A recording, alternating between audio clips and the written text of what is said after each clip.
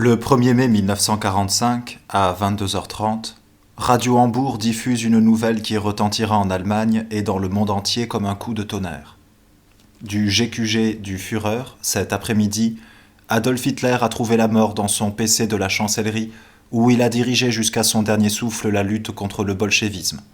La veille, le Führer avait désigné le grand amiral Dönitz comme son successeur. Ainsi, la tragédie du national-socialisme se termine par un suicide camouflé en mort héroïque. En même temps, une nouvelle pièce débute, toujours dans les vieux décors qui s'en vont en lambeaux. Une farce en un acte, où l'on verra un marin jouer au président du Reich. 4 hommes y tiendront les premiers rôles. Le grand amiral Dönitz, commandant en chef de la marine allemande, le maréchal Kettel, chef du haut commandement de la Wehrmacht, le général d'armée Jodl, chef d'état-major général, et comme unique civil, Speer, ministre des Armements. En Allemagne règne alors un chaos total. Les forces américaines, britanniques, françaises et soviétiques achèvent l'occupation du territoire. Sur les routes, des millions de civils fuient devant l'armée rouge. Dans les villes, les tapis de bombes ont étouffé toute vie organisée. L'armée, en pleine débâcle, reflue vers l'ouest. Des commandos de SS fanatiques s'emparent des déserteurs isolés pour les pendre aux arbres.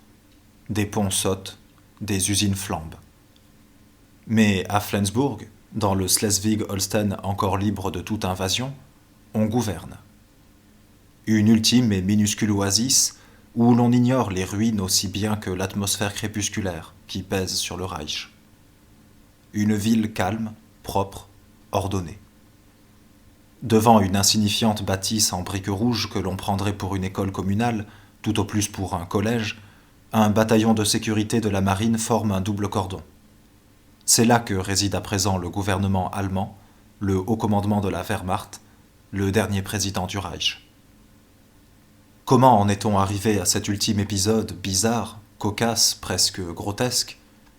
Tout s'est passé en l'espace de 15 jours. Le 16 avril 1945, Dönitz se trouve à Berlin. À l'aube de cette journée, une formidable déflagration a fait sursauter la capitale. Simultanément, à une seconde près, toutes les batteries russes en position devant Köstrin et Francfort-sur-Oder ont ouvert le feu. Plus de 600 pièces par kilomètre de front. Le premier rugissement de l'offensive soviétique annonce la fin de Berlin. Dans le bunker de la chancellerie, la main tremblante du Führer glisse sur la carte où des hachures de couleur traduisent les derniers rapports. À la recherche d'une issue, il opère avec des divisions, voire des armées qui n'existent plus que dans son imagination. L'aide de camp du grand amiral qui a eu l'occasion de l'observer pendant ses heures fantomatiques note dans son journal « Un homme battu, brisé, au visage bouffi, aux épaules voûtées, un être à bout de force et qui n'a plus le contrôle de ses nerfs. » C'est que la situation est désespérée. Eisenhower, après avoir encerclé la Ruhr, est en train d'écraser le groupe d'armée B. Les Américains font ici 325 000 prisonniers. Leurs pointes blindées sont aux portes de Magdebourg, de Nuremberg, de Stuttgart. Les Français viennent de prendre Ulm. Dans le nord, les Britanniques foncent vers Brême et Lauenburg. La tenaille de l'armée rouge va se refermer sur Berlin. Durant 3 jours, le déluge de feu et d'acier que crache l'artillerie russe laboure le moindre bout de terrain où se manifeste encore une résistance allemande. Durant 3 jours, les unités de DCA, l'infanterie, les bataillons populaires, des unités de marins et de police parviennent à tenir. 3 interminables journées.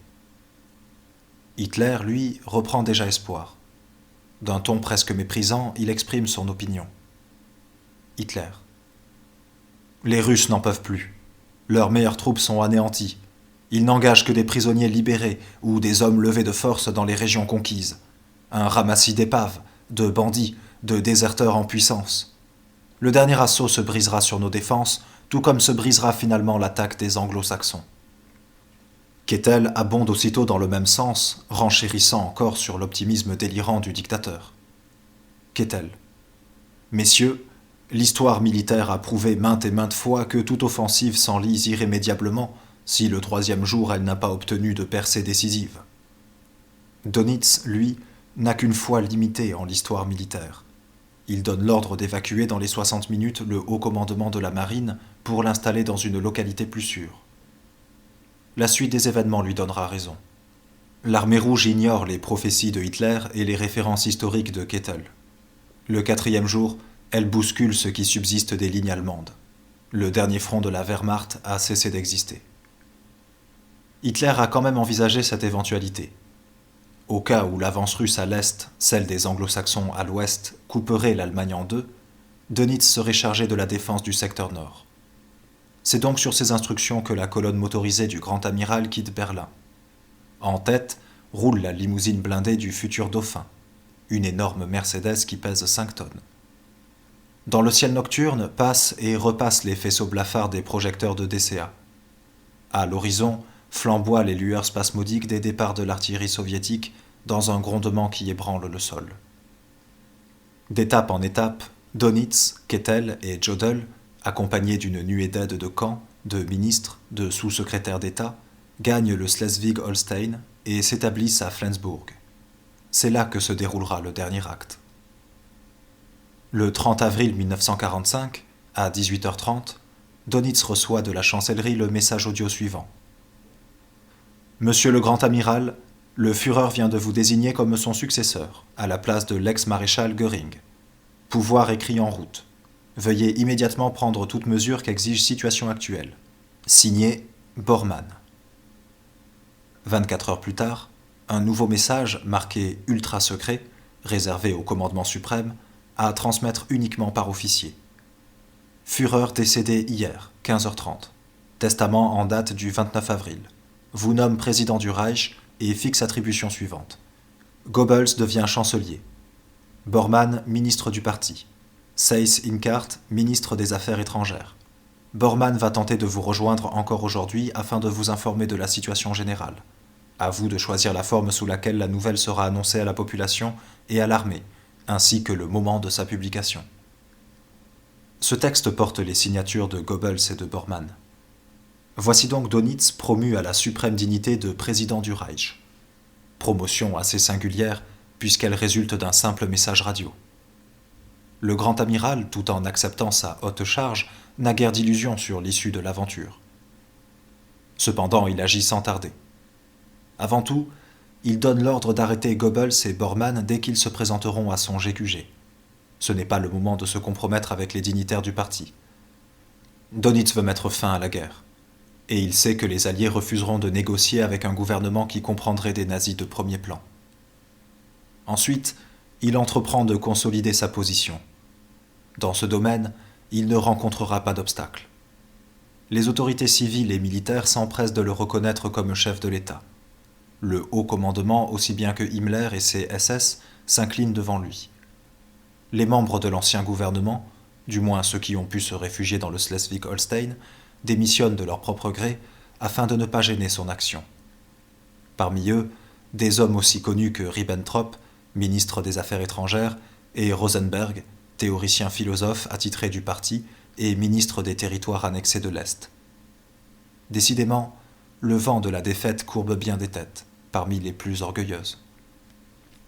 Dönitz en profite pour former un nouveau cabinet. Il lui donnera un aspect aussi apolitique que possible et, par surcroît de prudence, le présentera comme gouvernement provisoire. Le personnage le plus important en sera le comte Schwerin von Krosigk, ancien ministre des Finances. Chargé de la direction générale responsable à la fois des finances et des affaires étrangères, il occupera en fait le poste de chancelier, toutefois sans en avoir le titre. Albert Speer, futur accusé de Nuremberg, reçoit l'économie et la production industrielle. En pratique, cependant, toutes ces attributions ne correspondent à rien. Elles n'existent que sur le papier. Dans cette enclave exiguë, minuscule coin de terre qui échappe encore, pour combien de jours, à l'occupation par les vainqueurs, les désignations les plus sonores relèvent de l'opérette, pour ne pas dire de la farce. Ministre des Transports alors que plus aucun train ne circule. Ministre des Postes alors qu'il n'y a plus de courrier à distribuer. Ministre des Affaires sociales alors que tous les bureaux administratifs sont fermés. Les décisions que Dönitz doit prendre sont d'une gravité exceptionnelle. Il est en possession d'un document impitoyable. La photocopie d'une carte d'Allemagne provenant du projet secret britannique Eclipse, dont un as du SR allemand a pu prendre connaissance. Sur cette carte est tracée la ligne de démarcation entre l'Ouest et l'Est, telle qu'elle fut définie par Roosevelt, Churchill et Staline à la conférence de Yalta. En somme, le schéma d'après lequel les vainqueurs se répartiront leur zone d'occupation.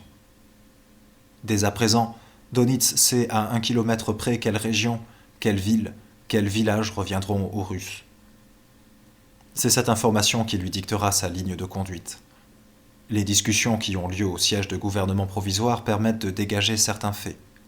Premièrement, à l'ouest, la population accueille les troupes anglo-saxonnes et françaises avec soulagement, leur arrivée signifiant la fin de la guerre et surtout des bombardements. Deuxièmement, en revanche, à l'est, la population, frappée de panique, fuit devant l'armée rouge. De même, la troupe ne veut à aucun prix se rendre aux soviets.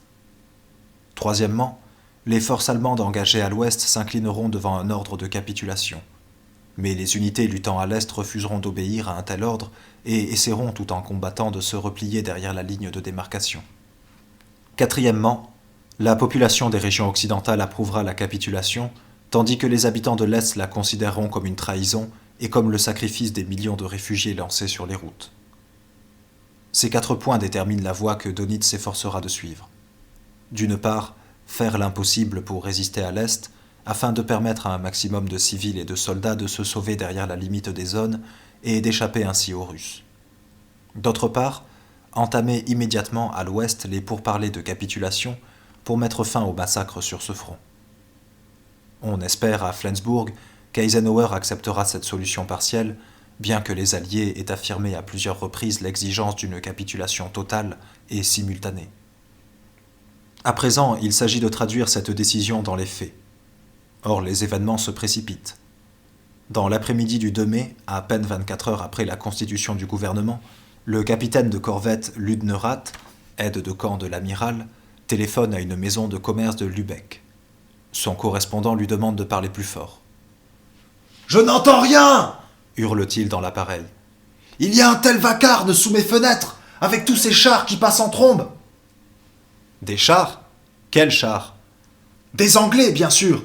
Tenez, écoutez !» Et le commerçant lubeckois tend l'écouteur dehors par la fenêtre ouverte. C'est ainsi que le gouvernement allemand et le haut commandement apprennent la percée des Britanniques.